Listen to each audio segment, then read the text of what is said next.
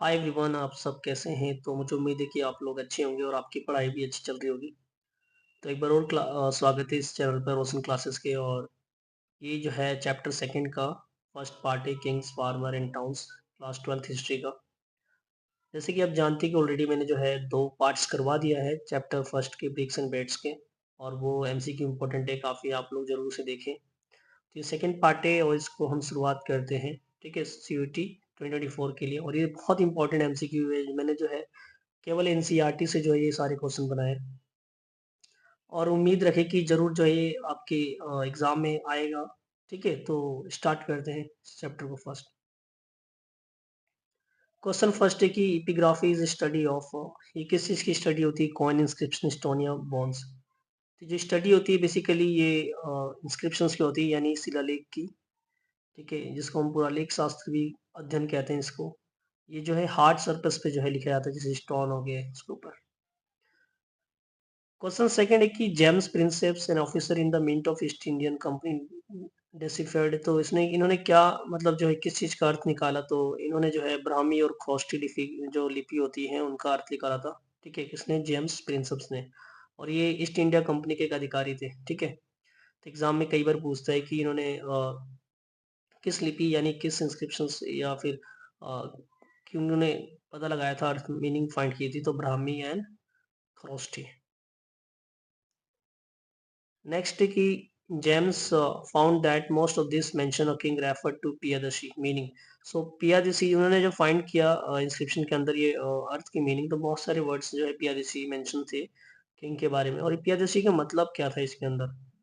तो जैसे कि जानते हैं कि एनसीईआरटी में जो है इसका ऑप्शन जो है ए दे रखा है, यानी प्लीजेंट टू बी होल्ड, यानी इसका देखने में सुगंध। ये जो है इसका सही आंसर होगा, प्लीजेंट टू बी होल्ड। तो इसका जो मीनिंग होता है पियादशी का मतलब होता है pleasant, pleasant to be hold. Next है कि क्वेश्चन थर्ड कर चुके हैं, नेक्स्ट क्वेश्चन फोर की ओर चलते हैं। इसमें पूछा है कि which of the following statement is or are correct about the inscriptions. तो यानी हमें शिलालेख के बारे में बताना है कौन सा इसमें करेक्ट है। तो पहला जो ऑप्शन है इसमें बोल रखा है कि inscription were writings encrypt on hard surface such as stone, metals and poetry. ठीक है, सेकेंड है कि they usually record the achievements, activities and और आइडियाज। थर्ड है inscription are virtually permanent records. Fourth, the earliest inscription were in Prakrit. So इसमें जो है option जो है इसका सभी सही होगा, क्योंकि जो भी इसमें दे रखे हैं ऑप्शन वो सभी करेक्ट है। कि फर्स्ट की जो है राइटिंग किया जाता था किस पे? हार्ड सरफेस पे, जैसे स्टोन हो गया, मेटल और पोइट्री हो गया उसके ऊपर इंस्क्रिप्शंस का। और ये जो है अचीवमेंट और एक्टिविटीज और आइडियाज जो होते थे रूलर्स के, उसको मेंशन लिखा जाता था उसमें हार्ड सरफेस पे, स्टोन के ऊपर। और ये यूजली जो है वर्चुअली परमानेंट रिकॉर्ड्स होते थे। ठीक है, ये हमेशा के लिए रिकॉर्ड बनाए जाते थे। और ऐसा माना जाता है कि जो पहले के जो इंस्क्रिप्शंस थे वो कौन सी लैंग्वेज में थे? सो प्राकृतिक में थे, प्राकृत में। ठीक है, सो ऑप्शन जो है इसका सी, थर्ड जो है राइट आंसर होगा, ए बी सी डी सभी करेक्ट है इसके। नेक्स्ट है कि why 6th century BC is often regarded as a major turning point in early Indian history. तो छठी शताब्दी को जो है क्यों ऐसा एक टर्निंग पॉइंट माना जाता है इंडियन हिस्ट्री के अंदर? तो इसके कई सारे रीजन थे, मैं इसमें मेंशन कर रखा है। तो फर्स्ट ऑप्शन है कि it is an era associated with the early state cities and growing use of iron, development of coinage. Second है कि it also witness the growth of diverse system of thoughts including Buddhism and Jainism. तो ये दोनों ही correct है, क्योंकि जो है छठी शताब्दी ईसा पूर्व को इसलिए जो है एक इम्पोर्टेंट काल माना जाता है हिस्ट्री के अंदर, क्योंकि उस समय जो है स्टेट और शहरों का जो है विकास हुआ, और साथ में जो है यूज ऑफ आयरन बहुत बड़ा उस समय। ठीक है, और उसके साथ साथ डेवलपमेंट ऑफ द कॉइनेज। ठीक है, नेक्स्ट है कि इसमें जो है बहुत सारे जो है थॉट्स के भी डेवलपमेंट हुआ है, जैसे कि इसमें सबसे इम्पोर्टेंट जो है बुद्धिज्म एंड जैनिज्म का जो है विकास हुआ उसी टाइम। तो इसीलिए जो है 6th सेंचुरी बीसी को जो है एक इम्पोर्टेंट टर्निंग पॉइंट माना जाता है इंडियन हिस्ट्री के अंदर। तो ऑप्शन जो है C is the right answer, A and B. Six question है कि which of the following statement is or are correct about the inscriptions. ठीक है, so most Mahajanapada were ruled by the kings someone, sorry यहाँ पे महाजनपद होगा, यहाँ पे inscription नहीं होगा। ठीक है, ये ध्यान रखना। तो इसके बारे में हमें स्टेटमेंट बताना है कौन सा करेक्ट है। तो most Mahajanapadas were ruled by the kings, some known as the Ganas and Sanghas. Second है कि powers were shared by the number of men, often collectively called rajas. Both Mahavira and Buddha belong to such Ganas. ठीक है, तो इसका जो सही answer होगा option D होगा, सभी करेक्ट है। क्योंकि जो महाजनपद जो है रूल किया जाता था किंग के द्वारा, और गाना और उसको गाना या संघा बोलते थे। और जो पावर्स होती, जो सत्ता होता था, सत्ता को शेयर किया जाता था कुछ लोगों के बीच में, ठीक है, नंबर ऑफ मेंस के बीच में, जिसको हम राजास कहते थे। और महावीरा और बुद्धा जो है, जो इन्हीं जो है गाना से बिलोंग करते थे, जो संघ होते थे इन्हीं से बिलोंग करते थे ये सब दोनों, बुद्धिज्म और महावीरा। तो ये ऑप्शन डी इसका राइट आंसर होगा महाजनपद के बारे में। नेक्स्ट बहुत इंपॉर्टेंट क्वेश्चन है कि early state and there Capitals not correctly match. यहाँ पे नॉट करेक्टली मैच बताना है कौन सा नहीं है। तो आइए हम देखते हैं क्वेश्चन नंबर 7 को। सो मल्ला यानी कुशीनगर नगर ये करेक्ट है। अंगा यानी चंपा होगा इसका करेक्ट। मगध का है राजगीर। सो अवंती जो है इसका उज्जैन होगा, ना कि बनारसी, तो ये इनकरेक्ट है। ठीक है, सो अवंती का क्या होगा, उज्जैन होगा। ठीक है, सो ऑप्शन डी जो है इसका राइट आंसर होगा। नॉट करेक्टली मैच बताना था इसके अंदर, तो अवंती का जो कैपिटल होगा वो उज्जैन होगा। नेक्स्ट क्वेश्चन है कि early state and their capital not correctly match. पहला कि कुरु यानी इंद्रप्रस्थ ये करेक्ट है। शुराशेना मथुरा होगा इसका, ये भी करेक्ट है। पंचाला क्या है, अचिचत्रा, ये भी सही है। और वत्सा का तक्षशिला ये जो है बेसिकली इनकरेक्ट है। सो एट का जो ये होगा इसका आंसर कौशाम्बी। तो वत्सा का जो कैपिटल है वो क्या है, कौशाम्बी है। ठीक है, तो इसमें जो इनकरेक्ट है ये भी आपका डी ऑप्शन सही होगा। इसमें हमें इनकरेक्ट बताना था कौन सा है। नेक्स्ट क्वेश्चन है कि ओलिगार्की रेफर्स, तो ओलिगार्की मतलब होता है क्या है। ठीक है, इसका मीनिंग हमें बहुत जरूरी है जानना। पहला ऑप्शन है government where single person has a supreme power.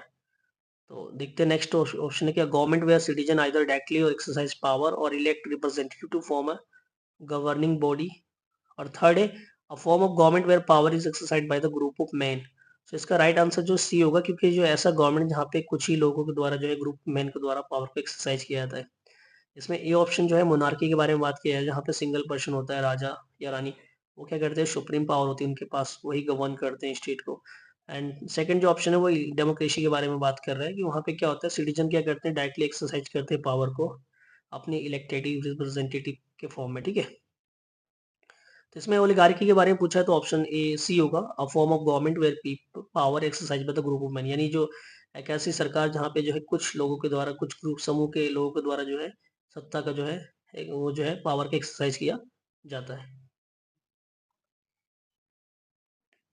अब इसमें हमें जो ये बहुत बड़ा ये दे रखा है लेंथी टाइप का, इसको पढ़ना है और हमें बताना है कि ये किसके बारे में बात की जा रही है। ठीक है, सो इनिशियली राजगहा यानी प्राकृतिक नेम जो है इसका राजगीर है इन बिहार, और was the capital of Magadh. So शुरुआत में जो है राजगीर कैपिटल था मगध का। Interestingly old name means house of the king होता है इसका मतलब। राजगहा वाज फोर्टिफाइड सेटलमेंट था।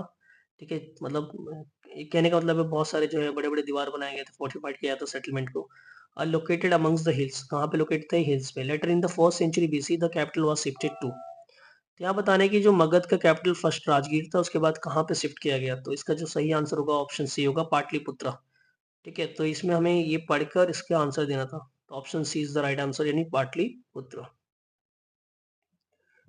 नेक्स्ट है कि these script were used for inscriptions in Afghanistan. कौन से स्क्रिप्ट जो है अफगानिस्तान के इंस्क्रिप्शन में यूज किए गए थे। तो अरामाइक, ग्रीक, प्राकृति, संस्कृत या खरोष्टी। तो इसका सही आंसर होगा अरामाइक एंड ग्रीक, ये यूज किए गए थे। एग्जाम में बहुत पूछते हैं क्वेश्चन, तो ऑप्शन ए जो इसका सही आंसर होगा। नेक्स्ट अगेन तुम्हें पढ़ना है और उसके बाद आंसर बताना है। Ashoka was the first ruler who inscript his message to his subject and official on stone surface. यानी इसको पहला रूलर माना जाता है अशोक को, जिसने जो है मैसेजेस को जो है अपने स्टोन पे लिखवाकर सरफेस के और लोगों को मैसेज दिया। ठीक है, he used inscription to proclaim what he understood to be। तो इसको क्या कहते थे, जो ये काम कर, जो जिस तरीके से ये इंस्क्रिप्शंस को क्या करते थे, स्टोन पे लिखवा कर और जो है वो मैसेज करते थे लोगों को, कि मैसेज देते थे उसमें लिखा हुआ जो भी चीज आता था। तो उसको क्या बोला जाता था, धर्मा या धम्मा, फरमान या नन। सो बेसिकली धम्मा बोला जाता था। तो धम जो है बेसिकली एक मैसेज होता था अशोक के द्वारा, जो लोगों के लिए। तो ऑप्शन जो है बी इसका राइट आंसर होगा। नेक्स्ट है Ashoka was the first ruler. देखो वही चीज है, बस इसमें इस बार क्या पूछा है कि धम्मा के अंदर क्या इंक्लूड नहीं किया गया था। यहाँ पे ऑप्शन ध्यान से पढ़ना है क्योंकि इंक्लूड नहीं बोला है, not included. So respect towards elders, हाँ ये इंक्लूड किया गया था, बड़ों की रिस्पेक्ट करना। जनरोसिटी टुवर्ड क्षत्रिय, ये इनकरेक्ट है बिकॉज ब्राह्मण के बारे में बोला गया था, उसके अंदर मेंशन है एनसीईआरटी के अंदर कि जनरोसिटी टुवर्ड ब्राह्मण्स, ठीक है। Generosity toward those who renounce body life, हाँ ये भी करेक्ट है क्योंकि उन्होंने इस धम्मा के अंदर प्रचार किया था कि जो भी जो है वर्ल्डली लाइफ को रिनाउंस कर चुके हैं उनको भी रिस्पेक्ट देना, जनरोसिटी दिखाना उनके प्रति, और रिस्पेक्ट फॉर अ रिलीजन, हाँ रिलीजन्स को क्या करना है, रिस्पेक्ट देना है। इसमें नॉट इंक्लूडेड बोला है तो जनरोसिटी टुवर्ड क्षत्रिय इंक्लूडेड नहीं था, ब्राह्मण यहाँ पे आएगा, तो ऑप्शन जो है B is the right answer. Special officer known as the Dhamma Mahatma Mahamatta were appointed to spread message of, तो इसको ये क्यों अपॉइंट किया गया था इनको, किस चीज के मैसेज को फैलाने के लिए, फेथ, लव या धम्मा या धर्मा। तो धम्म के मैसेज को फैलाने के लिए जो है इनको अपॉइंट किया गया था, धम्मा महामात्मा। तो ऑप्शन जो है सी इसका राइट आंसर होगा। According to Greek sources Maurya rule had standing army, तो यहाँ बताने हैं कितना स्टैंडिंग आर्मी था, फुट सोल्जर्स कितने थे, एंड कैवलरी एंड एलिफेंट कितने थे, ठीक है। तो ऑप्शन इसमें देखते हैं, तो ऑप्शन जिसका सी सही आंसर होगा, ठीक है।